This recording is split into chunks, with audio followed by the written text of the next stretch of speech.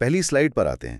سب سے بڑی اور اہم خبر جو یہاں لکھی ہے وہ یہ ہے کہ جے کے ٹیٹ اب آپشنل نہیں رہا۔ جی، اختیاری نہیں رہا اب، بلکہ اب یہ مکمل طور پر مینڈیٹری یعنی لازمی ہو چکا ہے۔ اور اس کی آفیشیل نوٹیفیکیشن بھی جاری ہو چکی ہے۔ ہاں، لیکن ایک سوال ہے، اچانک اسے لازمی قرار دینے کی ایسی کیا ضرورت پیش آ گئی تھی؟ دیکھیں، اگر ہم اسے بڑے تناظر میں دیکھیں تو اس تبدیلی کی لاجک بہت کلیئر ہے۔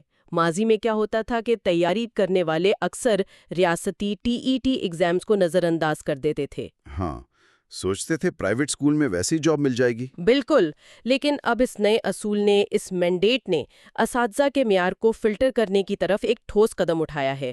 اس کا مقصد صرف یہ یقینی بنانا ہے کہ کلاس روم میں جو بھی ٹیچر قدم رکھے اس کی پیڈاگوجیکل سکلز یعنی پڑھانے کا طریقہ ایک اعلیٰ سٹینڈرڈ پر پورا اترتا ہو۔ صرف ڈگری ہونا کافی نہیں ہے۔ صحیح کہا، ڈگری سبجیکٹ نالج دیتی ہے، لیکن TET یہ ثابت کرتا ہے کہ کوئی کینڈیڈیٹ اس نالج کو بچوں تک پہنچانے کے اہل ہے یا نہیں۔ یہ پوائنٹ واقعی بہت واضح ہے۔ اب اگر ہم اگلی سلائیڈ کی طرف بڑھیں تو یہاں ایک وین ڈائیگرام بنی ہوئی ہے۔ ہاں، یہ بہت انٹرسٹنگ ویژول ہے۔ اس ڈائیگرام میں جے کے ٹیٹ، سی ٹیٹ اور باقی اسٹیٹ ٹیچنگ ایگزامز کو آپس میں جوڑا گیا ہے۔ اس کو دیکھ کر واضح نظر آتا ہے کہ ان کے درمیان جو مشترک حصہ ہے، یعنی جو کامن ٹاپکس ہیں، وہ تیزی سے بڑھ رہے ہیں۔ اصل میں پچھلے کچھ سالوں میں ان تمام ایگزامز کے نظام میں ایک بڑی کنورجنس آئی ہے۔ پہلے لوگ سوچتے تھے کہ اسٹیٹ ایگزام کا سلیبس بالکل الگ ہے اور سینٹرل ایگزام کا الگ الگ کتابیں جمع کرتے تھے۔ بالکل، لیکن اب حقیقت یہ ہے کہ بنیادی تصورات آپس میں جڑ رہے ہیں۔ چاہے کوئی جے کے ٹیٹ کی تیاری کر رہا ہو، سی ٹیٹ کی یا کسی اور ریاستی ٹیچنگ ایگزام کی، سب کی تیاری کے تقاضے اب ایک جیسے ہو رہے ہیں، کنورج ہو رہے ہیں۔ جی، کیونکہ بچوں کی سائیکالوجی، ان کی کوگنیٹو ڈیولپمنٹ تو بدلتی نہیں نا۔ صحیح، آسان لفظوں میں ایک تیر سے دو شکار ہو رہے ہیں۔ اگر چائلڈ ڈیولپمنٹ سی ٹیٹ کے لیے پڑھ لی تو جے کے ٹیٹ کے لیے نئے نوٹس بنانے کی ضرورت نہیں۔ مکمل طور پر، اور اس کا سب سے بڑا فائدہ یہ ہے کہ کینڈیڈیٹس کی انرجی الگ الگ دشاؤں میں ویسٹ نہیں ہوتی۔ اور اسی نئی ضرورت کے پیش نظر اس پریزنٹیشن میں ایک نئے آن لائن پلیٹ فارم کا ذکر بھی کیا گیا ہے، جس کا مقصد ایک پرائمری پریپریشن ہب بننا ہے۔ مواد میں ایک بہت دلچسپ جملہ لکھا ہے، یہ چینل انہی لوگوں کے لیے ہی بنا ہے۔ یہ کلیم بہت سٹرونگ ہے۔ اس کا مطلب ہے کینڈیڈیٹس کو ادھر ادھر بھٹکنے کی ضرورت نہیں۔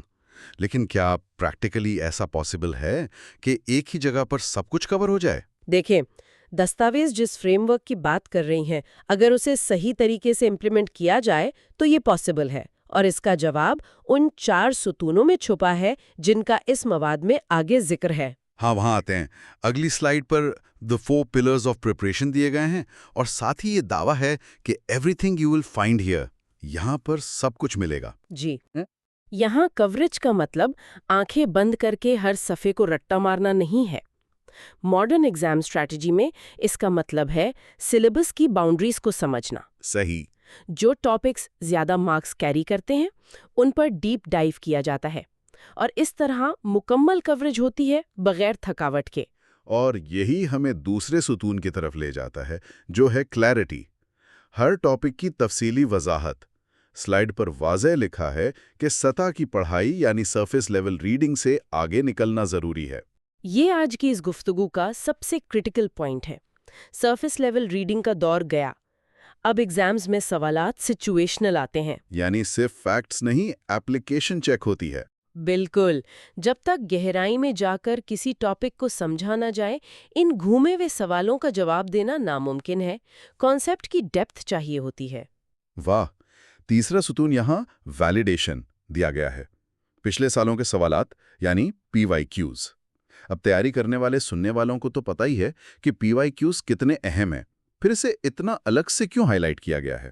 کیونکہ زیادہ تر لوگ انہیں غلط طریقے سے استعمال کرتے ہیں۔ لوگ سوچتے ہیں سوال ریپیٹ ہوگا، لیکن نئے سٹینڈرڈز میں PYQ کا مقصد ایگزامینر کے مائنڈ کو ڈیکوڈ کرنا ہے۔ اچھا۔ ویلیڈیشن کا مطلب ہے چیک کرنا کہ کینڈیڈیٹ کی تیاری ایگزامینر کے مائنڈ سیٹ سے میچ کر رہی ہے یا نہیں۔ یہ ایک ڈائگنوسٹک ٹول ہے۔ یہ اینگل واقعی نیا ہے۔ اور چوتھا ستون ہے ٹیکٹکس، سمارٹ اسٹریٹجی اور کانسیپٹ کی صفائی۔ اور اسی بنیاد پر اصل کامیابی ٹکی ہے۔ بغیر سمارٹ اسٹریٹجی کے معلومات کا پہاڑ بھی کسی کام نہیں آتا۔ یہاں پر بات بہت دلچسپ ہو جاتی ہے۔ اگلی سلائیڈ میں ایک لائن ایسی ہے جو میرا خیال ہے ہر ایگزام دینے والے کو یاد رکھنی چاہیے۔ وہاں لکھا ہے دباؤ کے دوران رٹا لگانا ناکام ہو جاتا ہے۔ بہت گہری بات ہے یہ۔ ہم سب کو پتا ہے ایگزام ہال کا پریشر کیسا ہوتا ہے۔ لوگ گھڑی دیکھ کر اپنے رٹے ہوئے جوابات بھول جاتے ہیں۔ اس کے پیچھے اصل سائنس کیا ہے؟ رٹا وہاں کیوں دھوکہ دے جاتا ہے؟ یہ ایک نفسیاتی یعنی سائیکولوجیکل ری ایکشن ہے۔ جب کوئی صرف لفظوں کو رٹا لگاتا ہے تو وہ بنا سمجھے دماغ کی شارٹ ٹرم میموری میں جمع ہو جاتے ہیں۔ پھر ایگزام ہال میں جب ٹائم کا پریشر پڑتا ہے یا سوال تھوڑا سا تبدیل ہو کر آتا ہے تو گھبراہٹ کی وجہ سے میموری ریکال بلاک ہو جاتی ہے۔ رٹا لگایا ہوا مواد سب سے پہلے ڈیلیٹ ہوتا ہے اس اینگزائٹی میں۔ تو اس کا سلیوشن وہی اسمارٹ اسٹریٹجی ہے۔ ایگزیکٹلی۔ اسمارٹ اسٹریٹجی اصل تصورات یعنی کانسیپٹس کو سمجھنے پر فوکس کرتی ہے۔ جب کانسیپٹ کلیئر ہو تو کینڈیڈیٹ جواب کو ریکال نہیں کر رہا ہوتا۔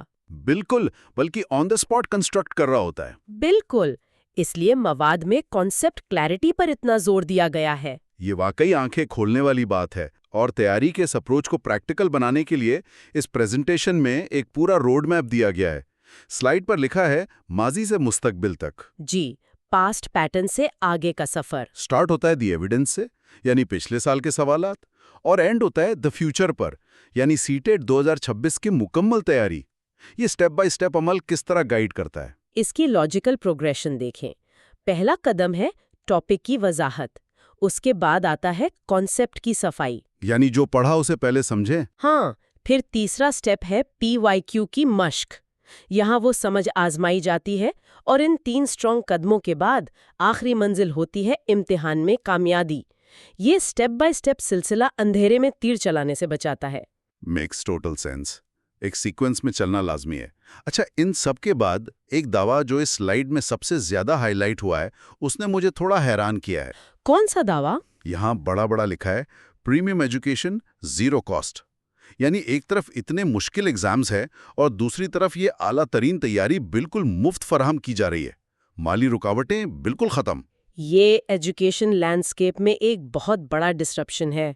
عام طور پر ٹیچنگ ایگزامز کے لیے مہنگی اکیڈمیز ہوتی ہیں۔ اگر یہ زیرو کاسٹ فریم ورک واقعی ان 4 ستونوں پر پورا اترتا ہے تو یہ کمال ہے۔ ایک بہت جذباتی پہلو بھی ہے اس کا۔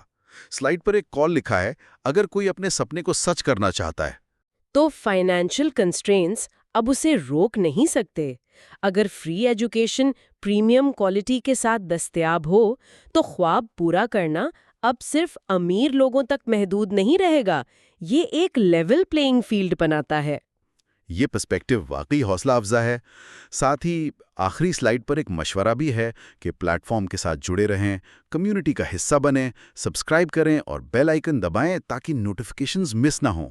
یہ بہت ضروری ہے۔